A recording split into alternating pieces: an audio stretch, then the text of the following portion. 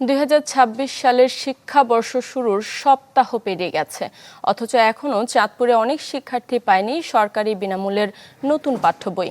শিক্ষা প্রতিষ্ঠানে গিয়ে খালি হাতে ফিরতে হওয়ায় হতাশ কোমলমতি শিশুরা, উদ্বিগ্ন শিক্ষক ও অভিভাবকরাও।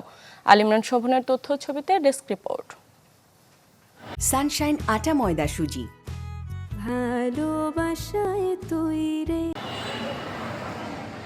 নতুন বছরে নতুন বইয়ের গন্ধে মুখর থাকার কথা স্কুল প্রাঙ্গণ, কিন্তু এবার সেই দৃশ্যের দেখা নেই চাঁদপুরে।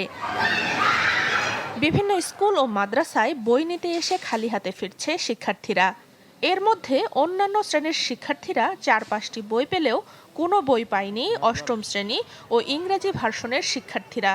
আমাদের নবম শ্রেণীতে এখন বই দেয় নেই, তো সব বই না পাওয়ার কারণে তো এখন আমাদের পড়াশোনার সমস্যা হচ্ছে। আমাদের ক্লাস হচ্ছে, কিন্তু আমরা বইয়ের অভাবে আমরা ক্লাসগুলো ঠিকমতো করতে পারছি না। বছরের শুরুতেই বই তুলে দিতে না পেরে উদ্বেগ জানিয়েছেন শিক্ষকরা। সন্তানদের শিক্ষা জীবনে নেতিবাচক প্রভাব পড়ার শঙ্কা অভিভাবকদের।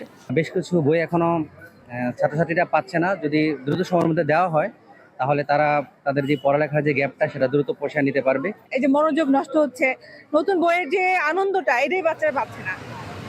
যদিও শিক্ষা কর্মকর্তার দাবি ব্যাহত হবে না পাঠদান কার্যক্রম, প্রয়োজনে অনলাইন থেকে বই ডাউনলোড করে পড়ানোরও নির্দেশনা রয়েছে। এনসিটিভির সাথে আমরা কথা বলেছি, তারা বলেছে বই এই সপ্তাহের মধ্যে আমরা পেয়ে যাব। এই সাবজেক্টগুলোর অনলাইন ভার্সন আমাদের শিক্ষকদের হাতে আছে, ডাউনলোড করা আছে, এবং তারা শ্রেণী কার্যক্রম আমাদের পরিচালনার জন্য জেলা থেকে আমরা নির্দেশনা দিয়ে দিচ্ছি।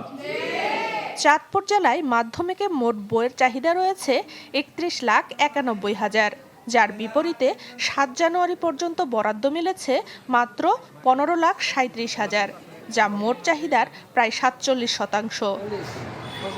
Desk report, channel 24।